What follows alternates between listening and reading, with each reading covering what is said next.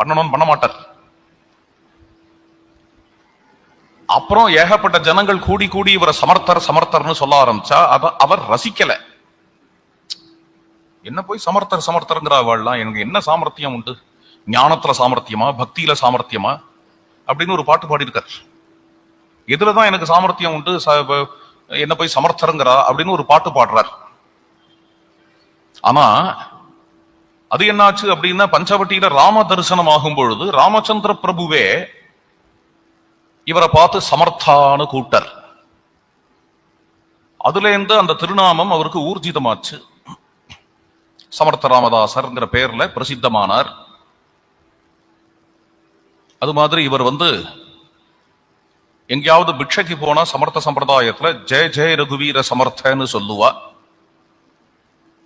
ரகுவீரனை தான் சமர்த்தன்னு சொன்னார் யாரு? சமர்த்த ராமதாசர். இவரை தானே தன்னை சமர்த்தன்னு சொல்லிக்கல. ஆனா ராமச்சந்திர பிரபு இவரையே சமர்த்தான்னு கூப்பிட்ட உடனே எல்லாரும் சமர்த்த ராமதாசர் சமர்த்த ராமதாசர்னு சொல்ல ஆரம்பிச்ச உடனே, சமர்த்த ராமதாசர்ங்கிற சொல்லுக்கு இவருடைய சிஷ்யாலும் பக்தாலும் பண்ணின அர்த்தம் என்னென்ன? சமர்த்தாசௌ ராமதாசஸ்ச, சமர்த்தராவும் ராமதாசராவும் இருக்கார், சமர்த்தரான ராமதாசரா இருக்கார்னு அர்த்தம் பண்ணிண்டார்.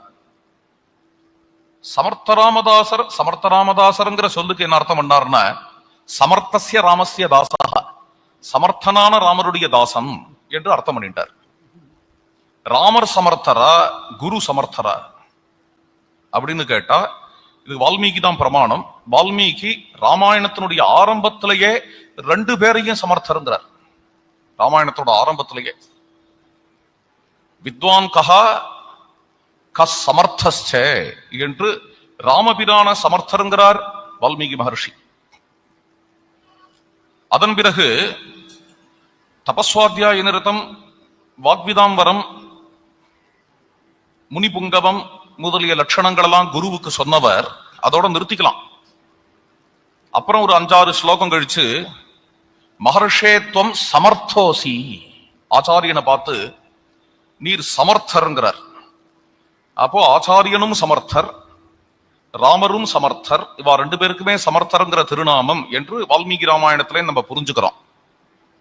நமக்கு சமர்த்தாசௌ ராமதாசஸ்ங்கிற அர்த்தமும் பொருந்தும், சமர்த்தஸ்ய ராமஸ்ய தாசகா அப்படிங்கிற அர்த்தமும் பொருந்தும் அப்படின்னு நம்ம கிரகிச்சுக்கிறோம். இத ஜெய ஜெய ரகுவீர சமர்த்தன்னு பிக்ஷையில வரும்பொழுது அவரே பிக்ஷை எடுக்கும் பொழுது ஜெய ஜெய ரகுவீர சமர்த்தன்னு சொல்லுவார், ரகுவீரன சமர்த்தன்னு காட்டுறார். சிஷ்யாலாம் ஜெய ஜெய ரகுவீர சமர்த்தன்னு சொல்லும் பொழுது ரகுவீரனுடைய நாமத்தையும் நம்ம குருநாதன் நாமத்தையும் சேர்ந்து சொல்றோம்னு நினைச்சுப்பா. இதெல்லாம் சூஷ்மமான விஷயங்கள். இந்த ஸ்லோகம் இருக்கே மனாச்சே ஸ்லோகால, இந்த ஸ்லோகம் தன்னையே தான் சமர்த்தன்னு ப்ரொக்ளைம் பண்ற ஸ்லோகம். அது ஒரு ஆச்சரியம். அது எப்படி ஒரு அதாவது இது ஒரு பாகவதத்துல ஒரு வார்த்தை வரும், சௌபக மதம் அப்படின்னு. பிரபு ஆசிரியச்சவன் தானா, பிரபு ஆசிரியச்சவன் தான் அப்படிங்கிற ஒரு என்ன சொல்றது, ஒரு பெருமை, ஒரு பிரைடு. அது இங்க தெரியறது. சமர்த்தா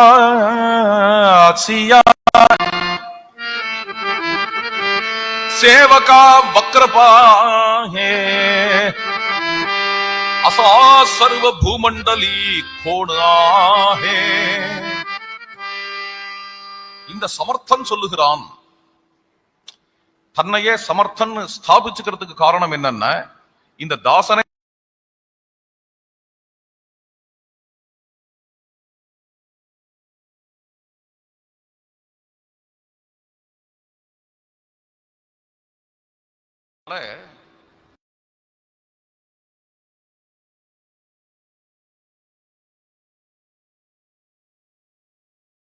சிவாஜியோட மனசுல கான்பிடன்ஸ் ஏற்படுத்தணும் பொழுது தாசமகனே அப்படிலாம் எழுதாம என்ன எழுதுறாருன்னா, இந்த சமர்த்தன் சொல்லுகிறான். சமர்த்தாத்சியா என்ன சொல்றான் அப்படின்னா, சேவகா வக்ரபாஹே, ராமச்சந்திர பிரபுனுடைய இந்த சேவகனை வக்ரபாஹே குறுகலான பார்வையினால, வக்கரமான பார்வையினால எவன் பார்த்துட முடியும்? அசா சர்வ பூமண்டலி கோண, மொத்த பூமண்டலத்தையும் பார்த்து சேலஞ்ச் பண்றேன். இந்த பூமண்டலத்துல ராமருடைய சேவகனை வக்கரமா பார்க்கறதுக்கு ஒரு ஆள் இருக்க முடியுமா? ஒரு ஆள் இருக்க முடியுமா?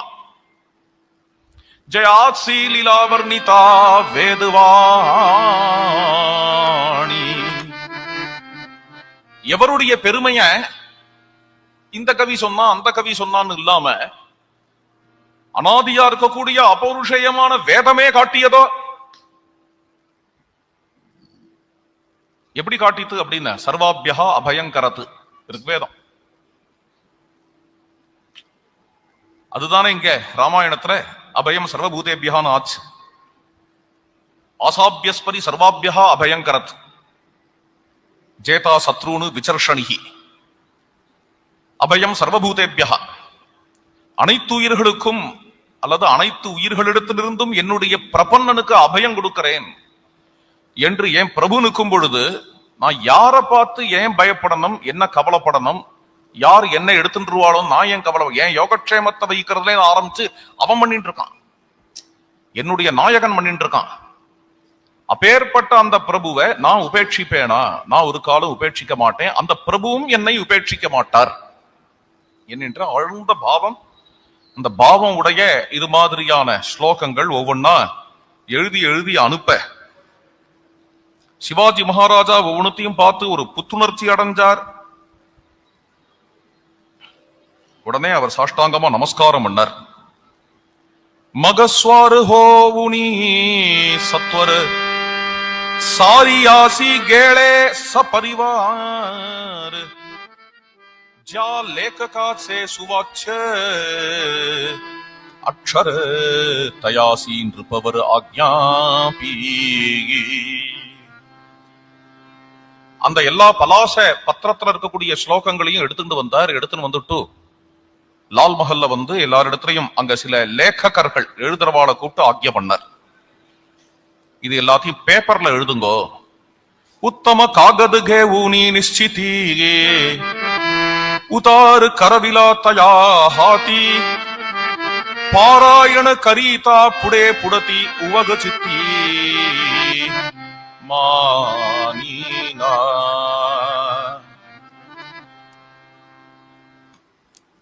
இப்படி பார்த்தார். தினம் பிரதி தினமும் ஸ்ரத்தையா பாராயணம் பண்ண ஆரம்பிச்சார். லேखकர்கள்லாம் அதை காகிதத்துல எழுதி கொடுத்தார். அதெல்லாம் தன்னுடைய பூஜையில வச்சுட்டு தினம் பாராயணம் பண்ண ஆரம்பிச்சார். மனசுக்குள்ள விசாரங்கள்லாம் நடந்தது. யார் இவர்? நமக்கு இப்படி அனுகிரகம் பண்ணி அனுப்பிச்சார், நமக்கு ஒரு புத்தியர் கொடுத்தா மாதிரி இருக்கு. இவர் யாரா இருக்கும்? எவ்வளவோ மார்க்கங்கள்ல போறவாள பார்த்திருக்கோம், இவருடைய மார்க்கம் என்னவா இருக்கும் என்கிறதெல்லாம் அவர் விசாரம் பண்ண ஆரம்பிச்சார்.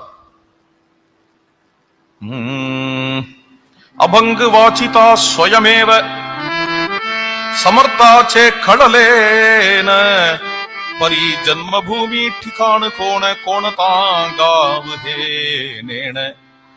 இவருடைய ஊர் என்ன, இவருடைய பூர்வீகம் என்ன, இவர் குலங்கோத்திரம் என்ன, மேலும் என்ன அப்படின்னா இவர் பெயர் என்ன? சமர்த்தாச்சே கடலேன. இவருக்கு சமர்த்தர்னு பேர். முத்திரைய பார்த்தா தெரியுது. எங்கேயாவது அது மாதிரி முத்திரை வச்சிருக்காரு? இந்த ஸ்லோகத்தில் தான். சமர்த்தாட்சியா சேவகா வக்ரபாக. ஆனா ஆச்சரியமா இருக்கு, இவருடைய உபதேசங்கள்லாம் ஆச்சரியமா இருக்கு நமக்கு. இது எப்படி இருக்கு அப்படின்னா, ஒண்ணு தெரியறது, இவர் ஊர் என்னன்னு தெரியல, பேர் என்னன்னு தெரியல, பேக்ரவுண்ட் என்னன்னு தெரியல. ஒண்ணு தெரியறது, இவர் பரம பாகவதர்னு தெரியுது. பரி பாகவத தர்மி ஹரிபக்த हे पूर्ण कळले चित्तांत वेद शास्त्र आधारे निश्चित बोलणे दिसत पैयाचे. வேதத்தோட ஆதாரத்துல பேசுறவர், வேதத்துக்கு விரோதமா எதுவும் பேச மாட்டார் இவர் என்கிறது தெரிகிறது. மகாபுருஷர்னு தெரிகிறது. லோகத்துல பலவிதமான மார்க்கங்கள்லாம் இருக்கின்றன. அநேக ஸ்திதி நானா தெய்வத்தை ஆராதிதி தாமச அனுஷ்டானே கரிதி தேனே அதோகதி சுகேனா. ஏக்கு எத்தனை விதமா இருக்கா அப்படிங்கறதெல்லாம் சொல்லிட்டு போறார். இதுல கர்மனிஷ்டை, ஞான நிஷ்டை, தபோனிஷ்டை, யோக நிஷ்டை, பலவேறு விதமான மார்க்கங்கள். இத்தனை விதமான மார்க்கங்கள்ல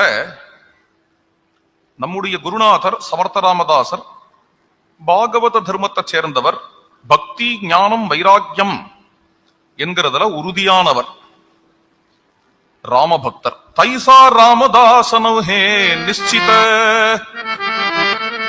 பாகவத தர்மீ சத்பக்த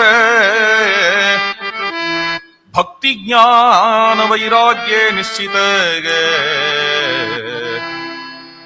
சகுணி பிரீதி ஜயாசி. தினம் சிவாஜி மகாராஜாவுடைய பிராத்தஸ்மரணம், சமர்த்த ராமதாசருடைய அபங்கங்கள், கீர்த்தனைகள், ஸ்லோகங்கள்னு ஆச்சு. மேலும் சில வித்வான்கள் எல்லாம் கூப்பிட்டு அவளுக்கு இதை காட்டினார். சிவாஜி மகாராஜாவோட இருக்கக்கூடிய சில வித்வான்கள் அவளுக்கு இது ஆச்சரியமா இருந்தது. ராஜாவுக்கு எங்கேயோ ஏதோ ஒரு தொடர்பு ஏற்பட்டிருக்கு, அது சரியான தொடர்பான்னு தெரியல. சரியான தொடர்பாங்கிறத தூமத்தை வச்சுட்டுதான் அக்னிய தெரிஞ்சுக்கணும் இல்லையா? அது மாதிரி கையில தான் கிரந்தம் இருக்க, சரியான தொடர்பான்னு தெரியலன்னா அத கிரந்தத்தை வச்சுதான் கிரந்தக்காரரை தெரிஞ்சுக்கணும். கிரந்தமும் இருக்கு, இதுக்கு மேல என்ன வேணும்? ஆனா அவர்களுக்கு இது விஷயமான பல கேதங்கள் சிலதெல்லாம் வந்தது. சில பேர் சில விஷயங்கள் பேச ஆரம்பிச்சா, சிவாஜியின் இடத்துலயே இஸ்லாம் சின்ன குழந்தை, 16 வயசு தான் ஆறுது. யாராவது ஏதாவது என்ன சொல்றது, ஒரு ஹலூசினேட் பண்ணிடுவாளோ, யாராவது பிரெயின் வாஷ், அதான் யோசனை பண்ண, பிரெயின் வாஷ், பிரெயினை வாஷ் பண்ணணும், சித்த சுத்தி. யாராவது